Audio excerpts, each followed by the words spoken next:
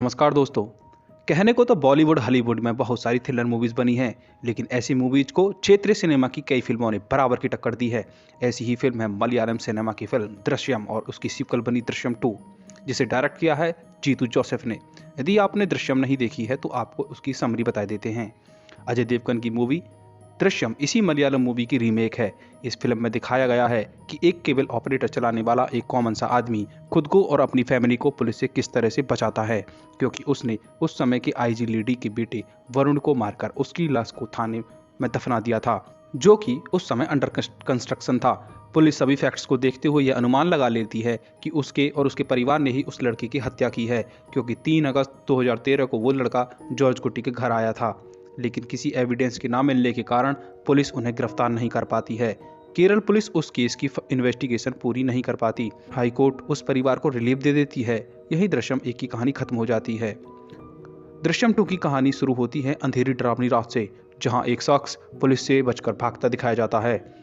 लेकिन अब पुलिस ने इस केस को एक चैलेंज की तरह ले लिया है। उस समय लेडी आईजी का एक दोस्त आईजी थॉमस अब उस जिले में पोस्टेड है। उस घटना को बीते 6 साल हो गए हैं। जॉर्ज कुट्टी, जो कि इस फिल्म का हीरो है, उसके परिवार में वो, उसकी पत्नी और 2 बेटियां हैं। बड़ी बेटी अंजू, जिसके साथ वो घटना घटी, वो दिमागी तौर पर काफ़ी परेशान है। पुलिस के सायरन की आवाज़ से ही वो डर जाती है। जॉर्ज कुट्टी की पत्नी और उस बड़ी बेटी अंजू उस हादसे से आज तक परेशान है। उन्हें लगता रहता है कि पुलिस उन्हें लगातार पकड़ने आ रही है। 6 साल बाद जॉर्ज कुट्टी एक फिल्म के प्रोडक्शन पर काम करता है। अब वो एक थिएटर भी चलाता है। वो एक स्क्रिप्ट लिखना चाहता है जो कि थ्रिलर में सबसे बेहतरीन स्टोरी होगी। इसके लिए वो एक स्क्रिप्ट राइटर विनय चंद्रन से मिलता है, जो कि एक जाने माने लेखक हैं। वो उन्हें अपनी कहानी का प्लॉट बताता है। 2-3 साल तक स्क्रिप्ट लिखने के बाद भी जब क्लाइमैक्स की बारी आती है तो विनय चंद्रन और जॉर्ज कुटी में आपस में सहमति नहीं बन पाती है, क्योंकि जॉर्ज कुटी चाहता है कि फिल्म का क्लाइमैक्स एक थ्रिलर से भरा हो और पूरी कहानी को बयां करता हो। पूरे शहर भर में वरुण प्रभाकर केस की बात एक दूसरे के बीच पूरी तरह से फैल गई है। पुलिस भी अब उस केस को ट्रैक कर रही होती है। सरिता और उसका पति साबू जॉर्ज कुटी के घर के बराबर में रहते हैं। साबू सरिता को दारू पीकर मारता रहता है, जिससे रानी और सरिता में सिंपैथी संबंध बन जाते हैं। जब जॉर्ज कुटी घर से बाहर जाता है तो सरिता रानी के पास आ जाती है, जिससे वो रात में ना डरे। स्कूल में जॉर्ज कुटी की छोटी बेटी अनु को स्कूल में एक लड़का फॉलो कर रहा होता है, जो कि उससे उस मिस्ट्री के बारे में पूछता रहता है और थ्रिलर मूवीज की स्टोरी बनाने के अपने पैशन के बारे में बताता रहता है। उधर जॉर्ज कुटी एर्नाकुलम के एक हॉस्पिटल के वॉचमैन के साथ दोस्ती कर लेता है, जिसके साथ वो रात में दारू पीने के लिए कभी कभी घर से आ जाता है। बात बात में जॉर्ज कुटी उसे बताता है कि स्क्रिप्ट की कहानी वो लिख चुका है, जिसे लिखकर वो एक किताब भी छपवा दिया है। इससे उस कहानी पर जॉर्ज कुटी का कॉपीराइट होगा। वहीं घर पर सरिता जब रानी के पास रात को सोने आती है तो वो रानी से उस मर्डर के बारे में पूछने लगती है। तब रानी उसे आधी बात बता देती है, लेकिन अचानक रुक जाती है और रोते हुए सो जाती है। पारिवारिक कॉमेडी के हल्के फुल्के पलों के साथ कहानी आगे बढ़ती है। रानी, जो कि जॉर्ज कुटी की पत्नी है, वो अपनी बेटी अंजू की शादी को लेकर काफ़ी टेंस्ड है, लेकिन जॉर्ज कुटी उन सबको उस रात को किसी भी घटना के बारे में बताने या आपस में बात करने को मना कर देता है। इसके बाद दिखाया जाता है कि 6 साल पहले वरुण प्रभाकर मर्डर वाली रात जोश नाम का एक आदमी अपने साले की हत्या कर भाग रहा था, जिसे पुलिस पकड़ लेती है। अब 6 साल बाद वो जेल से रिहा हो गया है। घर पर अनु जॉर्ज कुटी से अपने दोस्त के घर जाने के बारे में पूछती है, जहां वो एक रात रुकना चाहती है, लेकिन जॉर्ज कुटी उसे उसके दोस्तों को अपने ही घर बुलाने को कह देता है, लेकिन अनु के कहने पर कि वो बहुत अमीर हैं, हम कैसे। तब जॉर्ज कुटी उसे समझाता है कि सच्चा दोस्त वही है जो हमारी हदों को जानते हुए भी हमसे प्यार करे। जो उसको उसकी बीवी घर पर नहीं आने देती है, क्योंकि उसने उसके भाई की हत्या की थी। जोश नाम का वो आदमी जो 6 साल की जेल काट कर बाहर आया है, इक्का जो कि चाय की दुकान चलाता है, के पास काम के बारे में पता करने आता है, लेकिन वो उसे कोई काम नहीं ढूंढ पाता। दिन में साबू को समझाने पुलिस आती है कि वो अपनी बीवी को ना मारे, वरना उसे अगली बार जेल में डाल देंगे। पुलिस पूछताछ के लिए जॉर्ज कुटी और रानी को बाहर बुलाती है। इससे रात में अंजू काफ़ी डर जाती है, जिससे उसे दौरा पड़ जाता है। इसके बाद दिखाया जाता है कि आईजी, जो कि नई पोस्टिंग हुई है, आईजी थॉमस, उस लड़के से मिलते हैं जो कि अनुकित को थ्रिलर कहानी लिखने के बारे में बताता है। एक्चुअली में IG, inspector general of police Thomas ने उस लड़के को अनु की जासूसी के लिए रखा होता है, जिससे लाश ढूंढने में कोई सुराग मिल सके। कुछ दिन बाद अनु के दोस्त उसके घर आते हैं, जो कि काफ़ी फ्रेंडली होते हैं, लेकिन वो लड़का और अनु घर के साइड में खड़े बात कर रहे होते हैं। अनु उसे खिड़की की तरफ इशारा करती है, लेकिन उसकी माँ उसे देख लेती है और उसे डांटती है। रानी जॉर्ज कुटी से उस बारे में घर में बात करने के लिए कहती है, लेकिन जॉर्ज कुटी मना कर देता है कि उस रात की बात कभी भी हमारे घर में नहीं होगी। जॉर्ज कुटी अगले दिन एर्नाकुलम चला जाता है। रात में सरिता उसे भड़काती है कि वो खुलकर जॉर्ज कुटी से बात करे। अगले दिन दिखाया जाता है कि पड़ोसी सरिता और साबू इंस्पेक्टर जनरल ऑफिस में पुलिस वर्दी में पहने हुए खड़े हैं। आईजी थॉमस सीआई को बताता है कि ये दोनों शैडो पुलिस हैं जो 2 साल से उनके घर पर नजर रखे हुए हैं। उन दोनों ने जॉर्ज कुटी के घर में माइक्रोफोन्स छिपा रखे हैं, जिससे वो उनके घर की सारी बातें सुनते हैं। सभी फैक्ट्स को मिलाकर पुलिस को यह अनुमान हो जाता है कि बॉडी के बारे में वो किसी की टिप तक नहीं देगा, लेकिन वो गैस करते हैं कि उस एरिया के 50 किलोमीटर में ही कहीं ना कहीं बॉडी हो सकती है। इस बारे में तफ्तीश करते हुए पुलिस रात में जागने वाले उस लगभग सभी लोगों से बात करती है। पुलिस यह पता करने में लग जाती है कि सुबह 1 से 4:30 बजे के बीच में जॉर्ज कुटी उस रात कहाँ था। अखबार वाले, टीवी ऑपरेटर, दूध वाला और सभी से पूछताछ में पुलिस को कोई सुराग नहीं मिलता। सरिता भी इमोशनली रानी को उस रात के बारे में बताने के लिए फोर्स करती है।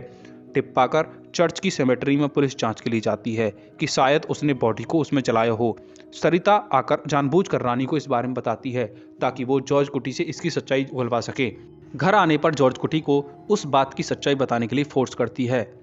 वो आदमी जो 6 साल की सजा काटकर अभी जेल से निकल के बाहर आया है और काम की तलाश कर रहा है, जिसका नाम जोस है, वो अगले दिन जैसे ही पुलिस स्टेशन के सामने वाले बस अड्डे से बस पकड़ने जाता है, तब वो सामने से पुलिस स्टेशन से निकलते हुए एक आदमी को देख लेता है, जिससे उसे उस रात की पूरी घटना याद आती है जिस रात वो पकड़ा गया था। उसे यह भी पता चलता है कि वरुण प्रभाकर केस में बॉडी के बारे में खबर देने वाले को 25 लाख रुपए का इनाम दिया जाएगा।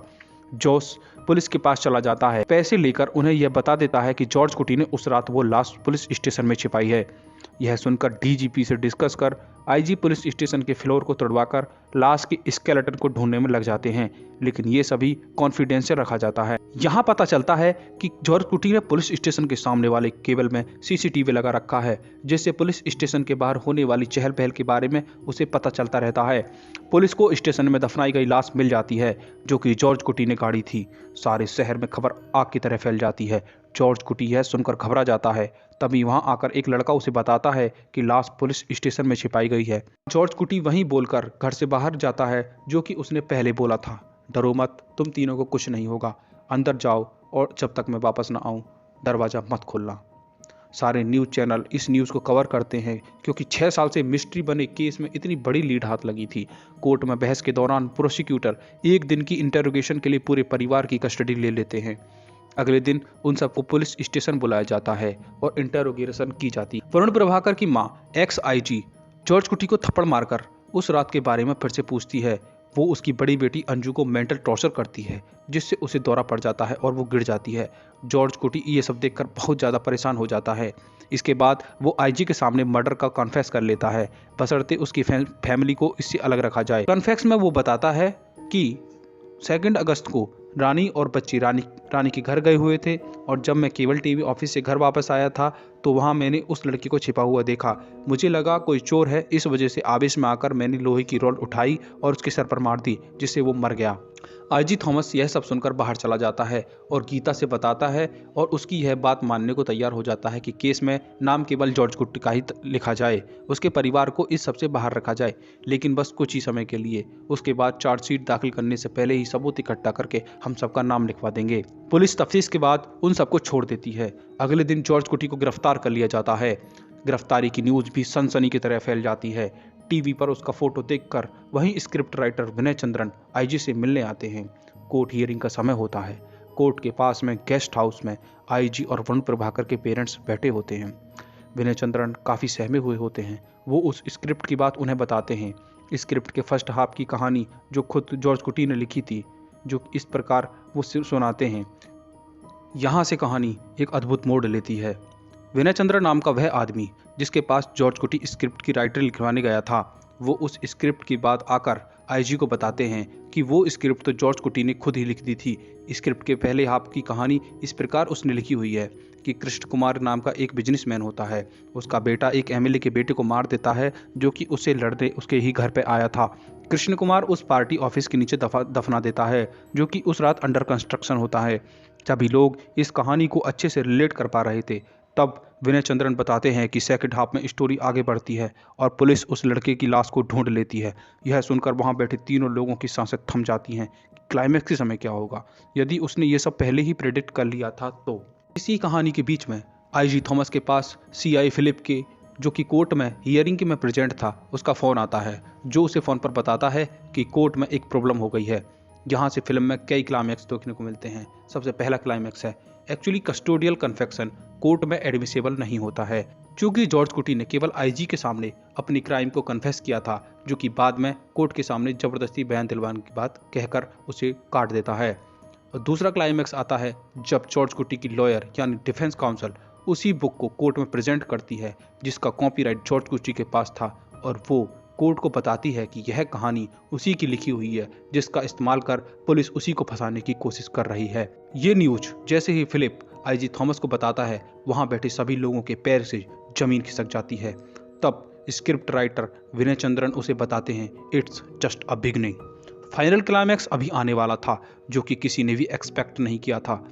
आई विटनेस जोस की क्रेडिबिलिटी पर भी डिफेंस काउंसिल आर्गुमेंट करती है, जो कि काफ़ी ठोस होते हैं। तभी जज साहब के पास एक रिपोर्ट आती है, जो कि डीएनए रिपोर्ट है, और उस स्केलेटन की जो कि पुलिस थाने में मिली थी। प्रोसिक्यूटर जीपी को बीच में रोककर जज साहब कहते हैं कि यह सब क्या चल रहा है। डीएनए रिपोर्ट में साबित हो जाता है कि यह स्केलेटन वरुण का नहीं है। यह बात जॉर्ज कुटी के वकील को भी नहीं पता थी। पूरे कोर्ट रूम में बैठे सभी लोग कटघरे में खड़े जॉर्ज कुटी को देखते हैं, जो बड़ी ही शांत भाव से खड़ा हुआ है। यह खबर जैसे ही आईजी और वरुण के पेरेंट्स को पता चलती है, वो झटका खा जाते हैं। आईजी थॉमस हारा हुआ सा बैठा विनय चंद्रन से पूछता है कि क्लाइमैक्स क्या है। तब वो बताते हैं कि जब हीरो लाश को दफना कर आ जाता है, तो उसे पक्का भरोसा है कि एक दिन उसकी लाश ढूंढ ली जाएगी और उसका परिवार पकड़ा जाएगा। केस के ठंडा होने के बाद हीरो यह रिसर्च करने में लग जाता है कि उसी एज का कोई लड़का मिल जाए जो कि सिर पर चोट लगने की वजह से ही मरा हो। वो केवल उस धर्म के लड़के की तलाश कर रहा था जिसकी लाश को जमीन में दफनाया जाता हो। इस प्रक्रिया में वो एक आदमी से मिलता है जो कि कब्र खोदने का काम करता है। हीरो उस कब्र खोदने वाले आदमी से दोस्ती कर लेता है और उसे कुछ पैसे भी देता है। रेगुलर उसे मिलकर वो पार्टी करता है और उसके साथ घुल मिल जाता है, और काफ़ी दिन बाद उसे सेम लड़के की बॉडी का स्केलेटन मिल जाता है, जिसे अपने ऑफिस में कुर्सी के नीचे फ्लोर में बने सीक्रेट जगह पर रख देता है। जॉर्ज कुटी विनय चंद्रन से एक बात पता करने के लिए कहता है कि यदि उसके क्षेत्र में किसी को ऐसा ही स्केलेटन मिल जाता है तो उसके बाद का फर्दर प्रोसीजर पुलिस क्या करती है।